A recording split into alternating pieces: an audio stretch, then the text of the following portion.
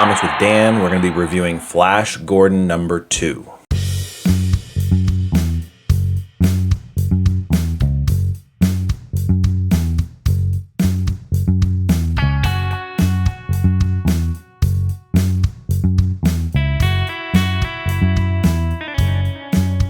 So we left off last month with Flash and his new buddy Daranek trying to save Dale Arden and escape Death Planet. I have to say, I'm a little disappointed that we didn't get Bearded Flash to stay around longer, but that's okay. This is a more traditional look, and that's fine. The last issue was definitely a good bit of background and setup, sort of showing where we were, who Flash Gordon is, what his sort of current conflict is. And that's good for a new Flash Gordon reader, so I appreciated that.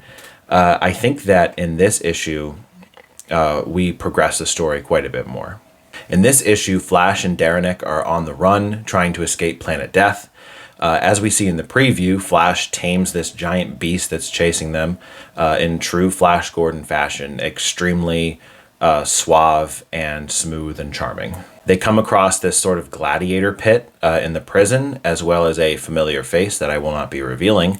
And these two discoveries then play a pivotal role in how they're going to escape Death Planet. Similar to last issue, Jeremy Adams writes Flash very suave and charming and just cool.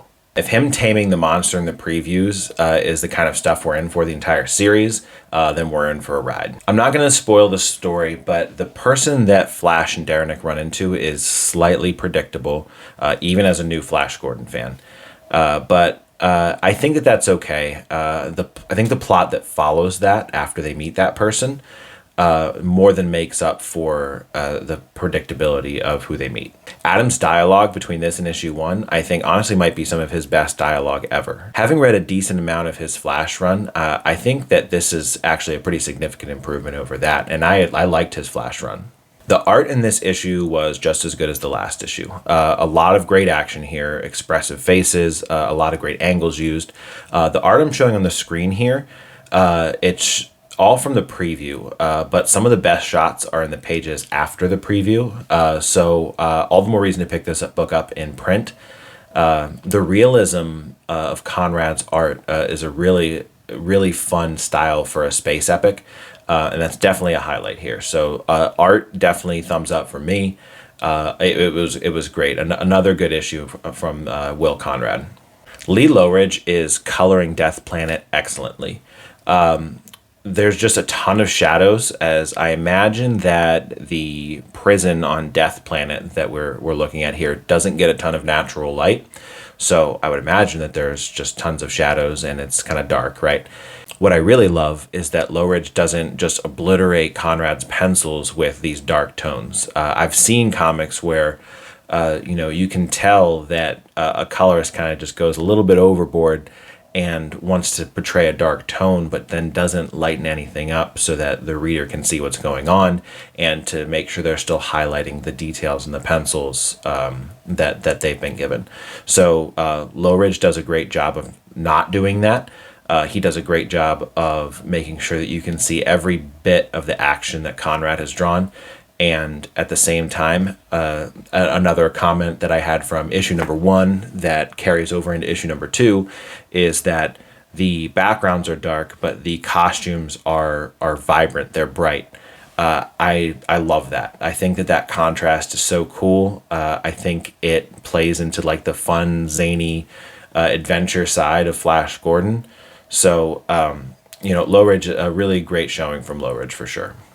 And here we are, another Taylor Esposito lettered comic. He gives different colors to different narration boxes to keep the characters that are speaking straight.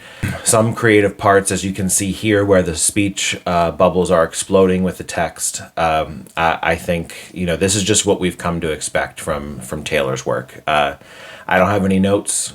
He's a great letterer, so I said before that I'm not intentionally just reading Taylor Esposito lettered books. I might change that philosophy and just start figuring out what books can I read that have Esposito on letters. Flash Gordon number 2 was a continued step in the right direction after a great issue number 1. I hope that this series goes on for a long time because I could see some really great stories being told from this creative team.